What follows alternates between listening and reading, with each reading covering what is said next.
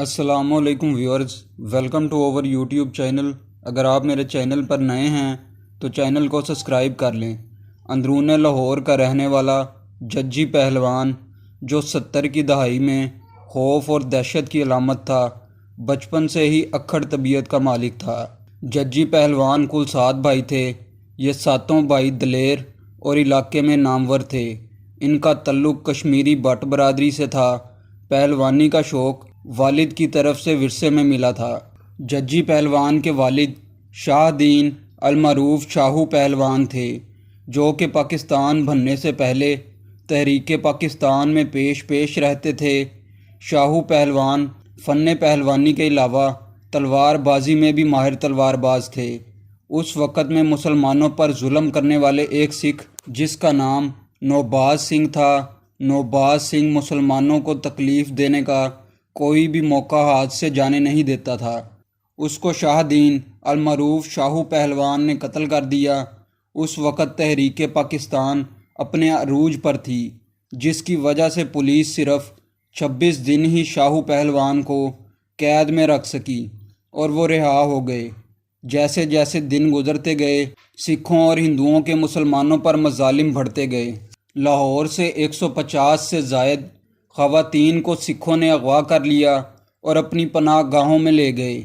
اس بات کا جب شاہو پہلوان کو پتہ چلا تو وہ اپنے ساتھیوں کے ہمراہ وہاں گئے اور بات چیت کے ذریعے ان کو رہا کروانے میں کامیاب ہو گئے۔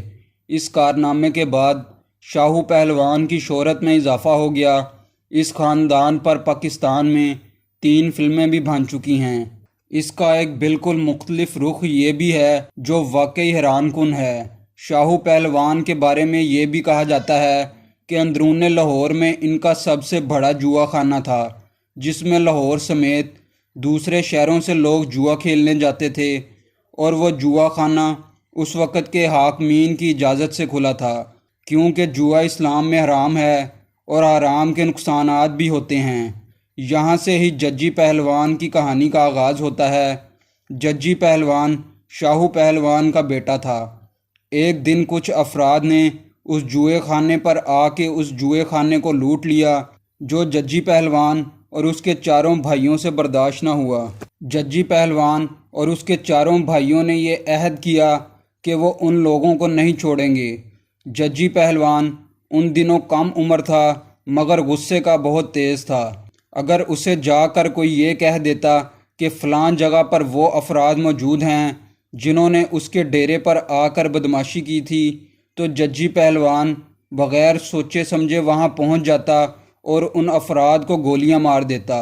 اسی طرح مختلف موقعوں پر ججی پہلوان نے 6 مختلف افراد کو گولیاں مار دی، جس سے وہ شدید زخمی ہو گئے، اور پھر ججی پہلوان سے لوگ ڈرنے لگے اور اس کی دہشت میں روز بروز اضافہ ہونے لگا۔ آئے دن کسی نہ کسی کو ججی پہلوان گولیاں مار دیتا تھا۔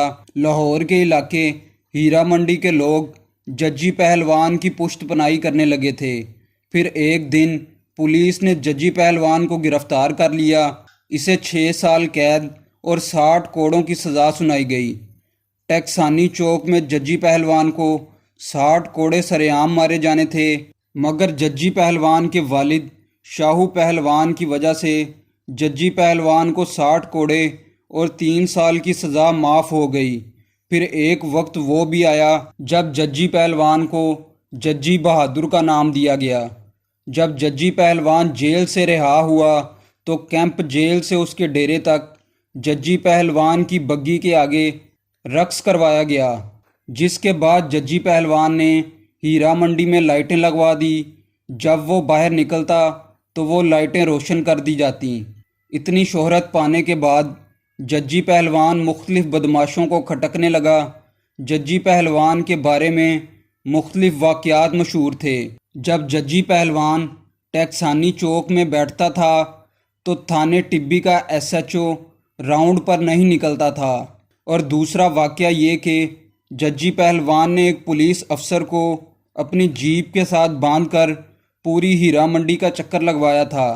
ججی پہلوان اور اس کے ساتھیوں پر 7 افراد کے قتل کا پرچہ درج ہوا۔ ججی پہلوان کے مخالف بڑھتے گئے اور پولیس بھی ججی پہلوان کے سخت خلاف تھی۔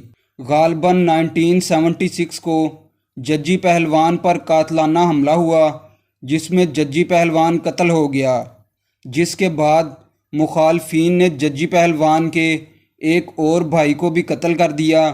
شاہیہ پہلوان کو اپنے بیٹے کی موت کا بہت دکھ ہوا۔ ججی پہلوان کے قتل ہونے کے کچھ عرصہ بعد شاہیہ پہلوان بھی وفات پا گئے۔ تو ویورز، یہ تھی شاہیہ پہلوان اور ججی پہلوان کی کہانی۔ تو مزید سٹوریز کے لیے چینل کو سبسکرائب کریں اور کومنٹ سیکشن میں اپنی رائے کا اظہار ضرور کیا کریں۔ Thanks for watching our videos.